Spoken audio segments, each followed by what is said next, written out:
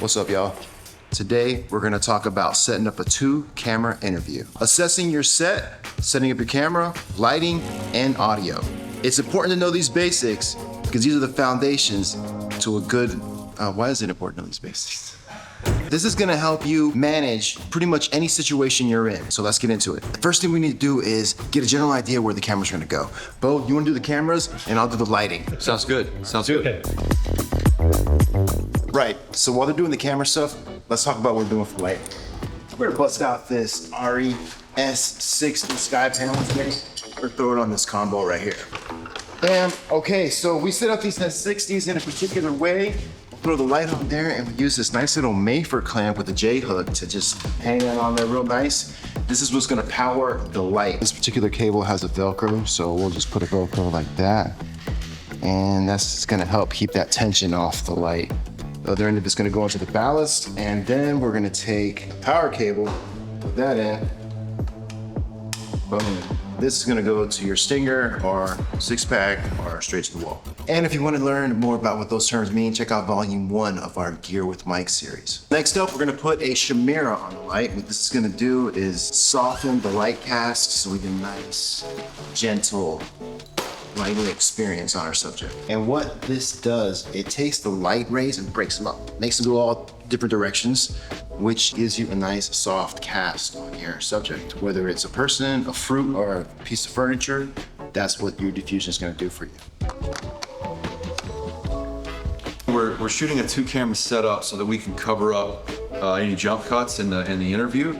In this case, we've chosen a 135 and an 85 based on how far away from the subject that we're gonna be. And so right now we're just kind of getting our framing roughed in, start to see what we like and don't like about it and make adjustments. There's a few things like this power outlet that's in the frame is whether or not it'll be covered up by the subject once they sit in, or if it's something we want to rearrange and get away from. So we just finished setting up our key light.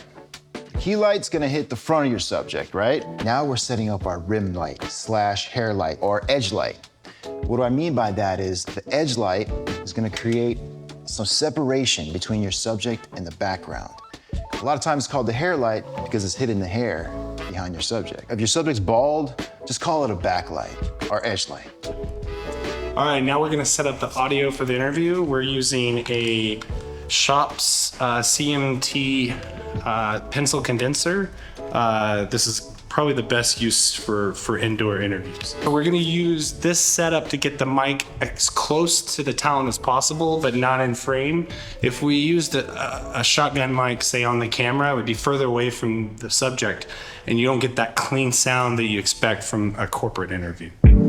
A good quality boom pole is gonna have a microphone cable built into it. So the cable plugs into the mic and runs inside of the boom pole all the way to the back, where plug in another XLR that goes to the camera. All right, so now we're gonna talk about microphone placement. Microphone. Wait, I lost. Microphone. It's like ROADs. Yeah. ROADs. Oh yeah, shadow and, okay, yeah, cool. Okay, so now we're gonna talk about microphone placement. 2 things to take note of when you're setting this up. Number 1, make sure it's not casting a shadow on your subject. And number 2, make sure that it's positioned in the right spot so it picks up that crispy sound. So you can communicate with your camera. Oh, I'm out of frame? Yeah. I'm out of frame. So if you notice, this bad boy is going kind of at an angle downwards. That's the way I like to set it up. And sometimes I put it a little bit higher, that, so when you're on set, you can walk in. Going back over to the microphone, the last thing we're gonna do is get our placement right. And what we wanna do is we wanna get this kind of pointing right here. Okay, so then we're gonna take this and we're just gonna boom, right there. Get a little sound check. Oh, mic's in frame, so let's boom up on the mic a little. You got it. Yeah. Perfect.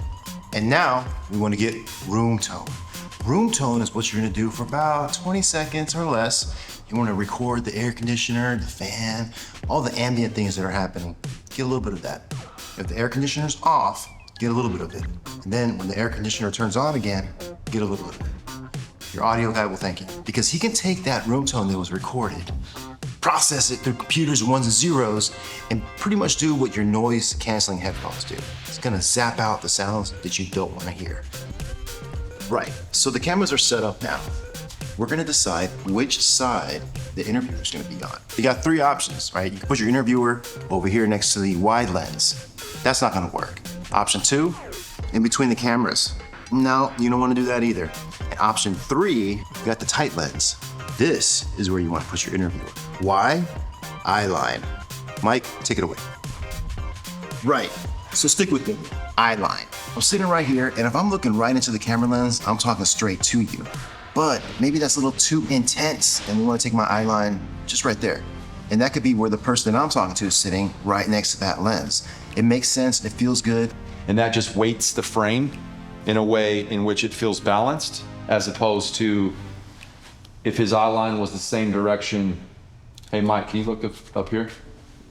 If his eye line was the same direction as the side that he is justified to, there's naturally a weighted, unbalanced justification because both are on one side of the frame. Whereas again, what we're going for is a more traditional, safe, dare I say, corporate style.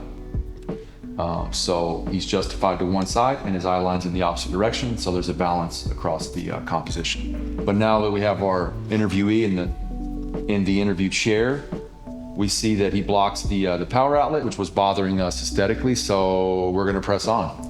All right, y'all. We checked our audio, nothing's peaking, so we're good to go there. Lighting looks good, framing looks great. Last thing, we wanna mark this bad boy. What that's gonna do is give our editor some referencing. The marker is going to have the date, it's gonna have the scene number, it's going to have the take, it's going to have the roll, camera type, and some other information that's useful. In order to properly do this, you gotta follow the 3 steps. Marker in, record camera, and marker. This is what it looks like. All right, marker in, record, camera speed, and mark it. And interview, take 1. Mark. Bam. And you know, if it's close to the subject's face, do soft sticks. That's just like quiet ears, you know. But that sums it all up for you guys. This is how to set up an interview 101, the basics. More to come. We're gonna get more into detail on audio and lighting in future videos. I'm Mike T. Think Brandon Media. We out. Peace.